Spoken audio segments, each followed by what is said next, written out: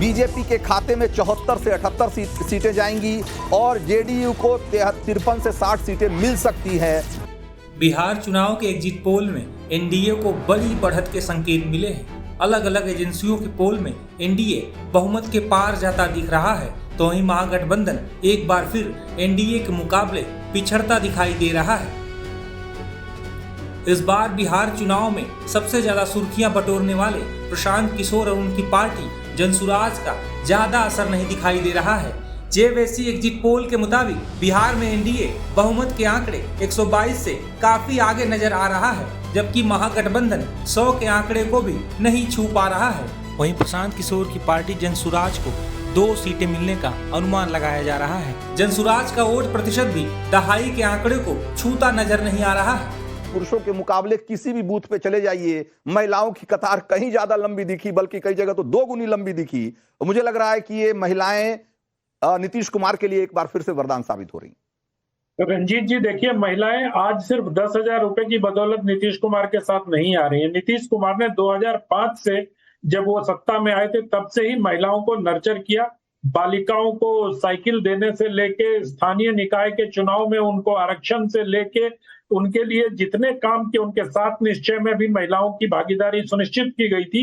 तो ये पिछले 20 साल की जो बच्चियां उस समय स्कूल में पढ़ रही थी और उनको बस्ता और साइकिल मिला था, अब वो माँ हो गई हैं, उनके बच्चे हो गए। तो उन्होंने पूरी की पूरी एक पीढ़ी तैयार की अपने लिए।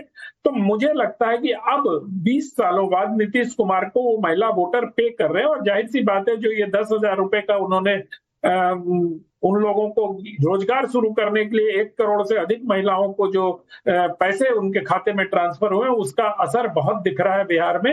लेकिन कुल मिलाकर अगर हम देखें तो जिन आपने सारे रीजन में दिखाए, अगर हम उसमें मगध को छोड़ दें तो भोजपुर और मगध के अलावा बाकी हर जगह, मतलब तिरहुत और जो आपका मिथिलांचल है, उसी में से 2 में से 90 के करीब सीटें हो जा रही है। तो सरकार तो इन्हीं 2 रीजन से बन जा रही है। बाकी मुझे हैरानी सिर्फ इस बात पर हो रही है कि जनसुराज पार्टी को इस बार इतना माहौल बना था, और अगर उनको सचमुच आपके एग्जिट पोल के नतीजे में प्रश्न करने का कोई कारण नहीं नजर आता, लेकिन अगर सचमुच उनको 2 सीटें मिलती हैं तो प्रशांत किशोर के लिए ये रास्ता बहुत बड़ा सेटबैक होगा। बिल्कुल।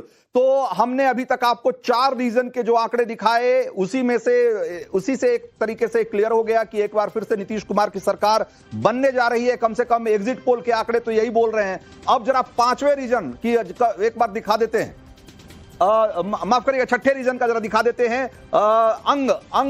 अंग प्रदेश का जो इलाका है, जो कि भागलपुर और उसके आसपास के जिले जहां आते हैं, उसमें से देखिए 23 सीटें हैं। उस हिसाब से देखा जाए तो रीजन वाइज कोई बहुत बड़ा इलाका नहीं है, लेकिन 23 सीटें यहाँ हैं 243 में से। और यहाँ क्या रिजल्ट बता रहे हैं एग्जिट पोल के? कहते हैं कि एनडीए को 14 सीटें मिल रही है और एमजीबी को, यानी कि महागठबंधन को 9 सीटें। अगेन प्रशांत किशोर और अदर्स के खाते में यहाँ कोई सीट जाती हुई दिखाई नहीं दे रही है।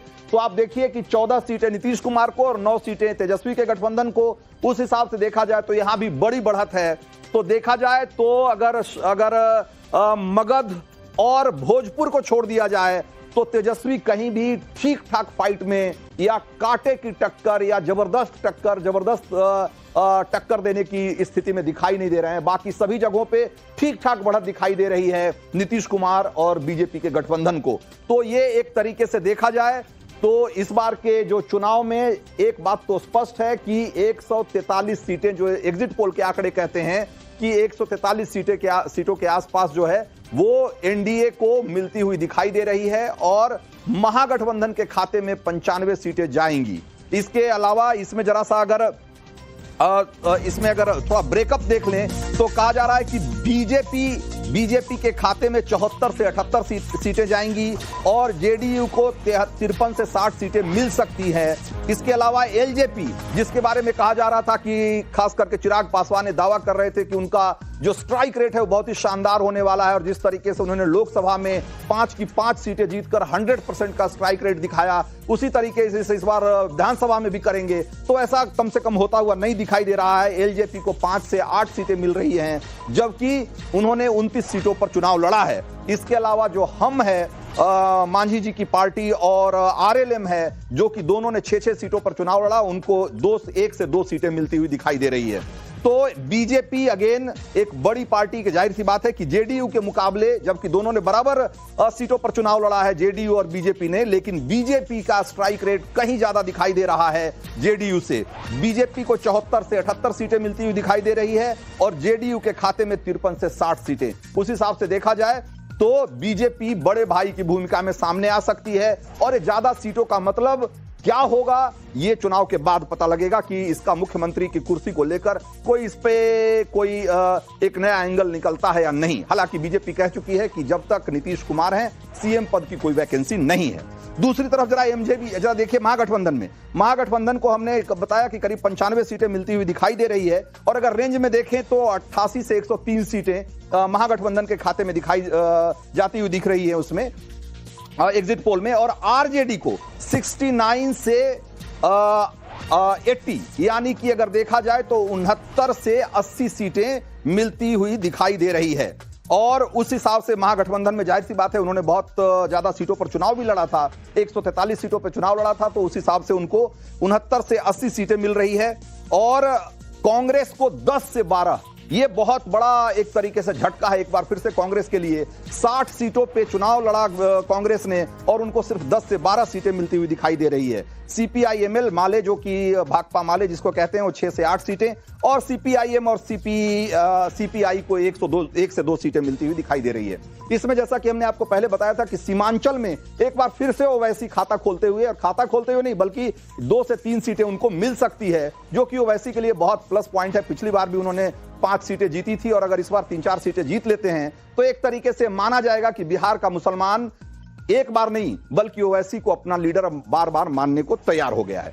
तो ये तो हो गया सीटों की बात। एक बार हम फिर से अपने सहयोगी का रुख करेंगे, लेकिन उससे पहले जरा कुछ वोट शेयर दिखा देते हैं कि इस बार वोट शेयर में किस तरह का बदलाव दिख रहा है बिहार चुनाव में। तो जरा देखिए, अगर आप देखेंगे तो बिहार में इस बार जो वोटिंग हुई है अभी तक और जो एग्जिट पोल के हमारे नतीजे कहते हैं जेबीसी के, उसमें वोटिंग परसेंटेज में कोई बहुत बड़ा फर्क नहीं दिख रहा है। एनडीए को 45% वोट मिल रहे हैं और महागठबंधन को 42%, यानी कि 3% का फासला है, 3% का फर्क है महागठबंधन और एनडीए के वोट शेयर में। लेकिन सीटों का फर्क बहुत बहुत बड़ा है और इतना बड़ा है कि एक जो है बहुमत से बहुत दूर है और दूसरा बहुमत से बहुत आगे। तो उस हिसाब से देखा जाए इसमें जो जेएसपी, ये इंपॉर्टेंट चीज है कि जेएसपी को ठीक है सीटें तो नहीं मिल रही हैं, 1 से 2 सीटें ही एग्जिट पोल के आंकड़े बता रहे हैं कि उनको मिल सकते हैं, लेकिन वोट शेयर उनका 6% है।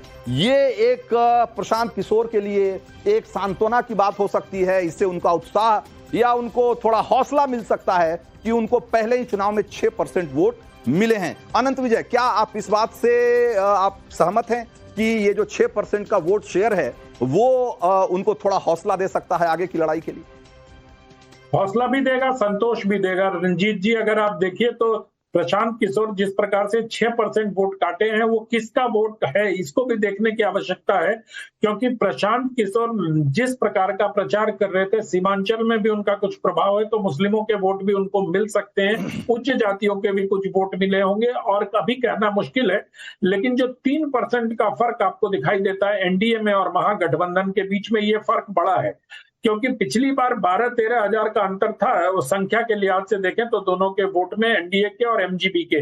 लेकिन अब 3% अगर बहुत ज्यादा, मतलब 3% का अगर फासला होता है तो बहुत 6% में तो सरकार ही बदल जाती है। आमतौर पर हमने ये देखा है कि अगर दोनों पार्टियों या दोनों गठबंधन के बीच 6% का अंतर होता है तो सरकारें बदल जाती है। लेकिन 3% के अंतर पर भी इतनी बड़ी 143 और 95, लेकिन फिर वही बात कहानी दोहराई गई जो पिछली बार दोहराई गई थी। कांग्रेस पार्टी ने फिर तेजस्वी की रफ्तार को थामने का काम किया है। फिर से नैया डुबो दी महागठबंधन की। जी, पिछली बार 16 सीट जीत पाए थे, इस बार आपके में 10 से 12 सीटें मिल रहे हैं, तो मतलब 60 लड़के भी 10 से 12 आए। हालांकि 10-12 सीटों पर फ्रेंडली फाइट राहुल गांधी इस बात से भी संतोष कर सकते हैं कि उन्होंने उनका स्ट्राइक रेट 2 गुना हो गया है। कम से कम कि वोट चोरी के नारे का बिहार की जनता ने नकार दिया, इसका मतलब है बिल्कुल अधिकार यात्रा को और वोट चोरी के उनके नैरेटिव को बिहार की जनता ने नकार दिया। कम से कम आपके इस एग्जिट पोल से तो यही साबित हो रहा है। बिल्कुल। आशुतोष के पास चलेंगे, हमारे सहयोगी आशुतोष सासाराम में हैं। और आशुतोष, आज जो आपने वहां वोटिंग देखी, जिस तरह का उत्साह दिखा और लोग जो आपसे बात कर रहे थे इस दौरान, वो क्या कह रहे थे जबकि एक तरीके से एग्जिट पोल के आंकड़े सामने आ चुके हैं और ये लगने लगा है कि एक बार फिर से बिहार में नीतीश कुमार तय हैं, कम से कम एग्जिट पोल के आंकड़ों के हिसाब से। हालांकि असल नतीजे तो 14 नवंबर को आएंगे, जब बिहार विधानसभा चुनाव के वोटों की गिनती होगी।